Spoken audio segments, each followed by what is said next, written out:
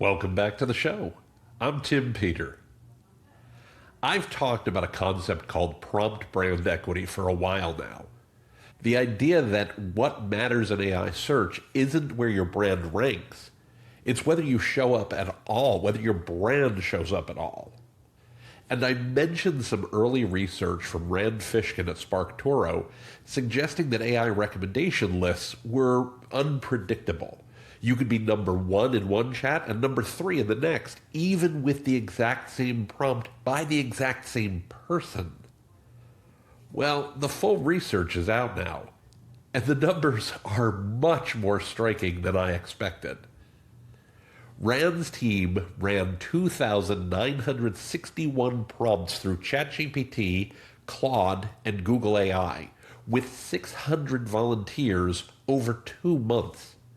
The question they were trying to answer: how often do you see the same list of brand recommendations twice, even if you run the exact same prompt over and over?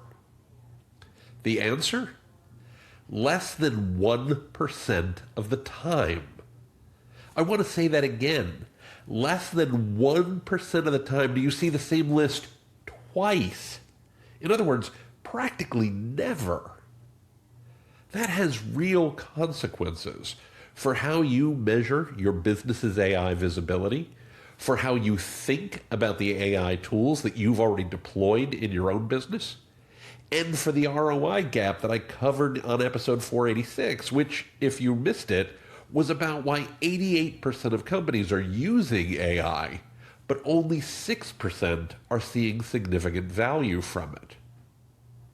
It turns out that these trends, these traits, these facts are connected.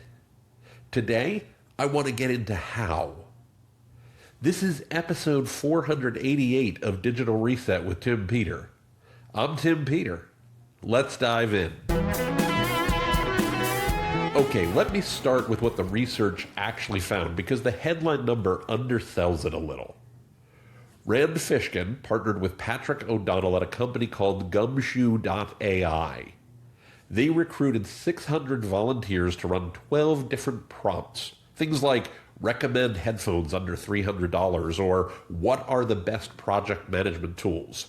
They ran these through ChatGPT, Claude, and Google Gemini, Google AI, over and over for 2 months, nearly 3,000 runs in total.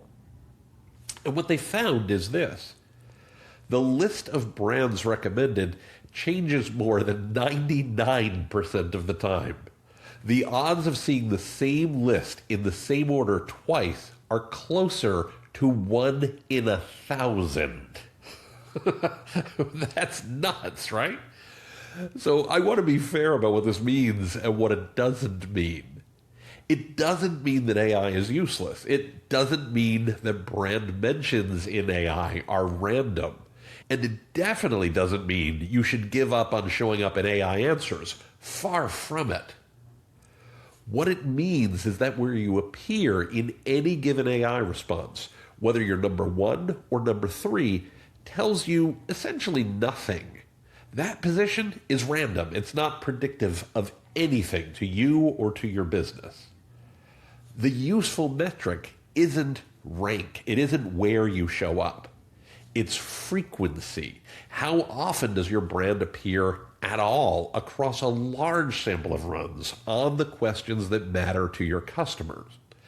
That number tells you something real. That number is, of course, prompt brand equity, not position, frequency. I mentioned Rand's early work on this in episode 485 when I talked about how we've moved from a world of card catalogs to a world of concierges. The new data just puts specific numbers into what we already expected. The picture is much clearer now, and if I'm being really honest, a little more dramatic than I expected. Now, here's what I think is the most underreported part of the story. And it matters a lot if you're in hospitality, or honestly, if you're in any business that has deployed AI in a customer-facing role. When people talk about AI inconsistency, they almost always frame it as a marketing measurement problem. How do I know if my brand is showing up? And it's a legitimate question. I'll get back to that in just a moment. But it's not the only problem here. The second problem is operational, and it's happening right now in your business. If AI systems give different recommendations essentially every time to customers asking the same question, what do you think is happening when your AI chatbot answers the same question from two different customers? Think about that for a moment. Let me give you a hospitality example. Let's say you've got a guest who opens your hotel's chat widget and asks, what's the cancellation policy for a reservation that's made between this date and this date? And your AI gives them an answer. An hour later, a different customer asks the exact same question because they're staying during a high-demand period. Your AI might give a slightly different answer. Maybe the window is 48 hours in one response and 24 in another. Maybe it says that there's a charge for one and not for the other. Maybe amenities that are included get described differently. Maybe the rate quote shifts. Is that happening? Almost certainly. Has anyone on your team actually measured it with any consistency? Almost certainly not. By the way, this is not just a hospitality problem. It's a B2B problem too. It's a retail problem too. If you're using an AI tool to help your sales team respond to prospect questions or using AI to handle initial customer service inquiries, the same inconsistency is baked into those responses. Your AI isn't giving a consistent answer. It's giving a distribution of answers, and your customers are sampling from that distribution. That's an operational liability, not just a measurement inconvenience. In hospitality, especially, where the expectation a guest forms before arrival is a huge driver of satisfaction, or dissatisfaction, and where dissatisfied guests write reviews that the AI then reads, and I don't mean the AI on your website, I mean ChatGPT or Claude or Google Gemini or Google AI Overviews or AI Mode. This is a problem that you need to think carefully about. So if AI recommendations are this inconsistent, why is it that some brands do really well and others don't? Why do some brands appear in almost every other response while others don't appear in very many at all? And there's a phenomenal example, just an amazing example from the research that I want to share. Rand's team asked Google specifically to recommend West Coast cancer care hospitals 71 times. And City of Hope appeared in 69 of those responses. That's 97% of the responses. That's not luck. That's not some glitch in the algorithm. City of Hope appears 97% of those in those 97% of those responses because the AI's confidence weight for City of Hope on the topic of West Coast cancer care is so high that it essentially has to include them. There's too much validating information from too many credible, independent sources pointing in the same direction for the AI to leave them out with any reasonable probability. I want to be fair here for a moment. There is a reality in Google searches where they refer to your money or your life searches, things where it can cost somebody significant money or it can interfere with their health outcomes. Google is very careful in YMYL searches, your money or your life searches, not to include any business that could reasonably harm your money or your life. So it is possible, I want to be very clear, it's very possible that this specific query ends up being a YMYL query, or because it's a YMYL query, Google's going to be particularly careful not to recommend a brand that it's not highly confident about. It still underscores the point that the concierge wants to give the best possible answer, not just what gets the most links, not just what ranks number one, but what it knows is the correct answer. And what City of Hope is seeing is what high prompt brand equity looks like when it's working. The inverse is also true. Brands that show up 5% or 10% of the time aren't being penalized. They're simply not validated enough. There's simply not enough corroborating information about them for the AI to be willing to commit to the brand. Now, when I say validated or corroborated, I want to be specific about what that means. Because post more content isn't the answer here. That's not how you're going to win.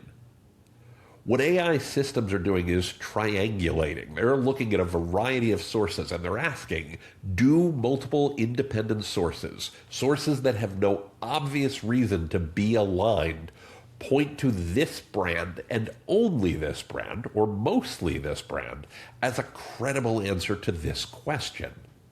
Sure, your own website says you're doing great.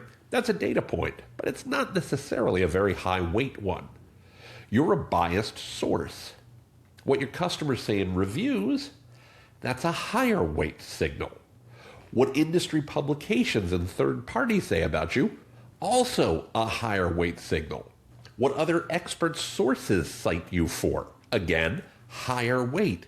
They're witnesses to your competence and your capabilities and your credibility, digital witnesses, backing up and verifying what the concierge, the large language model, knows about you. This is the reason that I say content is king, customer experience is queen, and data is the crown jewels. It's not just a branding concept. It's an operating model that drives prompt brand equity. The content you publish establishes what you're about. It says this is who we believe we are. The experience you deliver generates the reviews and the word of mouth to validate that corroborates the other witness's story. And the data, the first-party signals that you own and the external signals that others generate about you is what the AI draws from to decide whether or not you're the brand it should include. When those three areas, the content, your customer experience, and your data are aligned and consistent, the AI's confidence weight for your brand goes up. The concierge can recommend you confidently. When those data points, when those three elements are contradictory or thin or absent, you're the brand that shows up one time in 10. Your brand is the prompt. But for your brand to actually be the prompt, for the AI to reach for you by name the way it reaches for City of Hope, it needs enough signal that it has no other choice of who to select. So, practically, what do you do about this? I want to give you 4 things to think about this time around. First, shift your measurement from rank to frequency. Stop worrying about whether you're number 1 or number 2 in an AI response. That number will change constantly and tells you nothing at all reliable. What you want to track is, if you run the 10 questions your customers most commonly ask across ChatGPT, Google, and Perplexity, let's say for 10 runs each, how often do you appear? That's your baseline frequency. And you can use tools like Peak.ai or SEO Clarity or others to actually measure that for you. But run it again 30 days from now, 60 days, 90 days from now. If your frequency is going up, then your signals are strengthening. If it's declining, then something needs your attention. I talked about many of these tools in episode 485, and I'll link to them again in the show notes. But you can start measuring today for free with nothing but an hour and a few open browser tabs. If you've got people on your team, great, set them to the same task. Take a few people, take 30 minutes and ask them to do it and record those in a Google Sheet or an Excel spreadsheet so you've got something to refer back to. Second, audit your internal AI tools for consistency.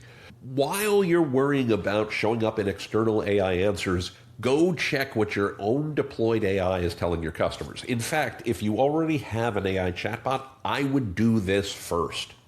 Take a look at the most frequently asked questions. Could be 5, could be 10, but the ones that get asked regularly and the ones that your team already know the answer to cold, and ask your chatbot each one 10 times.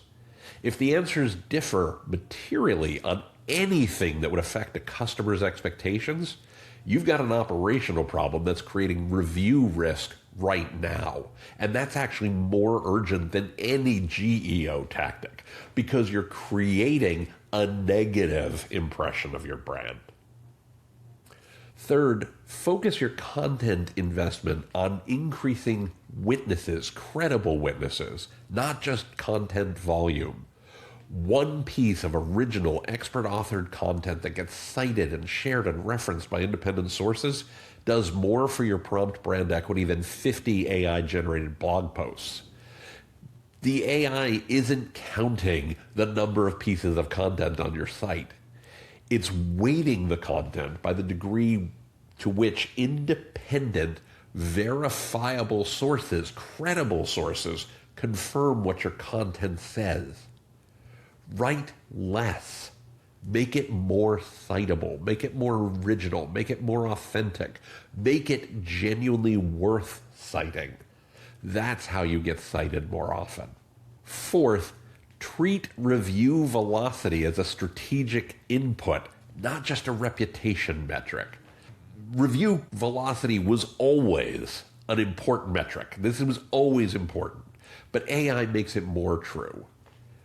Reviews are one of the highest weight external signals that AI systems draw upon, particularly if you're in hospitality or a local business or a customer service oriented business. Recent, detailed, specific reviews on Google, TripAdvisor, Yelp, your OTA listings are among the most direct inputs to prompt brand equity available to small independent businesses. Larger businesses, the same is going to be true for something like G2 because that's where your customers go to talk about you. Getting 10 substantive, high-quality reviews this quarter does more for your AI visibility than almost any technical GEO tactic. And responding to those reviews where the systems allow you, all of them, not just the good ones, tells the AI that you're a business that takes the feedback seriously. That's a signal too. Okay, so those 4 tactics out of the way, here's the bigger picture I want to leave you with. Over the last 3 weeks on this show, I've talked about 3 different stories that all come from the same root. I talked about the AI value gap, why 88% of companies use AI, but only 6% see significant results. I talked about agentic commerce and why even OpenAI wasn't reasonably able to predict how soon AI-driven transactions would happen. And now I'm talking about AI inconsistency, why the same prompt produces a different answer almost every single time. I'm going to say this as clearly as I can. Those are not 3 separate problems. They're 3 symptoms of the same underlying condition. AI systems work by constructing a best guess answer from the available signals. The concierge wants to know. When the signals are weak or inconsistent or contradictory, its output is going to be weak and inconsistent and contradictory. When the signals are strong, deep, and consistent, the AI finds you. It commits to you. It recommends you 69 times out of 71 as opposed to 1 out of 1,000. The companies in the 6% who are closing the value gap, the businesses that appear consistently in AI answers, they're not doing something exotic. They're doing the fundamentals very, very, very well. They've got clear objectives. They've got strong content. They've got data they own and trust. And they have customer experiences that earn reviews that confirm what their content says. That's the digital reset in practice. It's not fighting the AI. It's not chasing every new platform or tool or protocol. It's making your signal clear enough that the machine finds you no matter what form that machine takes, whether it's big tech or AI or something else that comes down the road. It all works together. Do that well, and you're going to find yourself in a very good position for a very long time. Now, if this episode gave you a clearer picture of what prompt brand equity actually means and how you can build it, do me a favor. Send it to one colleague who is currently standing at your 2026 budget and wondering where they put their money, what we do next. It might send them from spending time or money on the wrong thing. Even better, send this to the person on your team who is currently reporting on AI rankings. Ask them, if this list changes 99% of the time, what are we actually measuring? I want to remind you that you can find the show notes for this episode, including links to the Spark Toro research, the brand visibility tools that I mentioned, and the full archive of past episodes at timpeter.com/podcasts. And if you're ready to go deeper on making your brand the answer that AI reaches for, my book, Digital Reset, Driving Marketing and Customer Acquisition Beyond Big Tech, is the roadmap that you need. You'll find the link in the show notes. Thank you again so much for listening. I genuinely appreciate you. Until next time, please be well, be safe, and be excellent to each other. I'll see you soon.